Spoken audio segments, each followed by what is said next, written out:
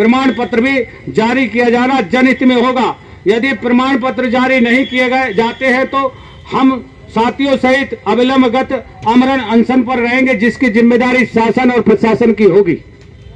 तीसरा, हमारे समाज पर हो रहे अत्याचारों के संबंध में ज्ञापन है। इसमें हमारे समाज के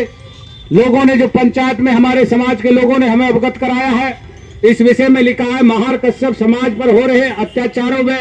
आरोपियों की गिरफ्तारियों के संबंध में बिंदुवार अवगत कराना है। इसमें लंबा बिंदु है, लेकिन मैं आपको संक्षेप में बताना चाहता हूं कि हमारे कश्यप समाज के परिवार के ऊपर थाना कंकरखेड़ा में अत्याचार होता है, उसके परिवार पर गोलियों से हमला होता है, लेकिन राजनीतिक रसूखों के चलते हमारे परिवार के व्यक्ति का मुकदमा दर्ज नहीं होता है। उसके खिलाफ हमारे समाज के लोग बाखूबी जिला में बैठते अधिकारियों से संपर्क साधते हैं, लेकिन कहीं से कहीं तक भी हमारे समाज के लोगों को कोई न्याय नहीं दिया जाता है। जिस बात को लेकर प्रार्थी न्यायपालिका के में शरण में जाता है और न्यायालय के द्वारा मुकदमा पंजीकृत होने के बाद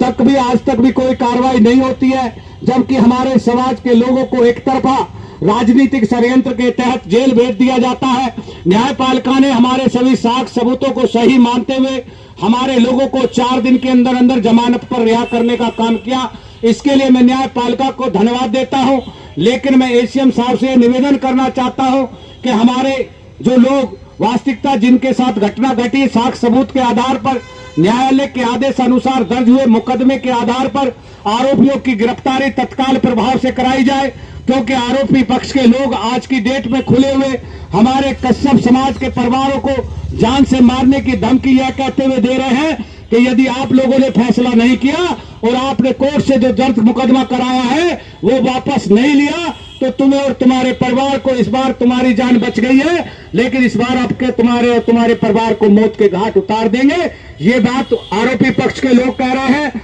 मैं आपके माध्यम से सरकार से कहना चाहता हूं और समाज के सम्मुख बैठे तमाम साथियों के सामने इनको गवाह और साक्षी मानते हुए कहना चाहता हूं कि यदि हमारे समाज के परिवार के साथ कोई अप्रिय घटना होती है तो उसकी जिम्मेदारी शासन प्रशासन की होगी, क्योंकि हम समय रहते हुए और न्यायपालिका के द्वारा दर्ज कराए गए गंभीर धाराओं के मुकदमे को दृष्टिगत रखते हुए, जैसे कि गंभीर धारा 307, 308, 452, 323, 504, 506 आईपीसी की इतनी बड़ी गंभीर धाराओं में दर्ज मुकदमे के आरोपी अगर खुले घूम रहे हैं और उनके साथ हमारे परिवार के साथ कोई घटना होती है तो मैं एसीएम साहब से जानना चाहूंगा कि उसके संबंध में बताया जाए कि हम लोग ये स्टेप सरकार से या कानून कायदे से कराने का करेंगे। दूसरा, पहले ज्ञापन में जो एफआईआर का हमने जिक्र कहा है उसमें हमारी एफआईआर होगी या नहीं होगी, क्योंकि शासन आदेश है कि प्रथम दृष्टया प्रार्थी के द्वारा दिए गए प्रार्थना पत्र के आधार पर उसका मुकदमा पंजीकृत हो,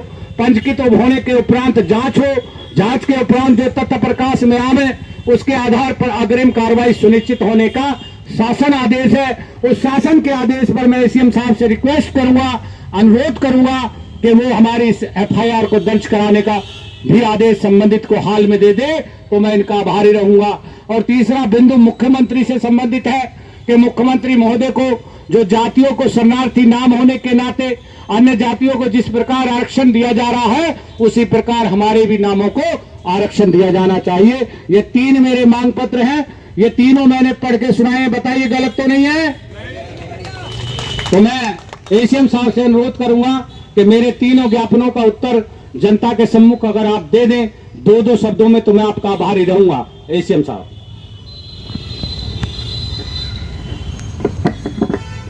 धन्यवाद। आपके तीनों ज्ञापन मैंने सुन लिए हैं और जिससे भी संबंधित है सभी अधिकारियों को इसके बारे में निर्देशित कर दिया जाएगा। बहुत बढ़िया। 3 थे ना? हाँ, ये एफआईआर हो गई, ये जाति का हो गया, ये हाल की एफआईआर हो गई और ये हो गया हम लोग का, ये हम लोग का।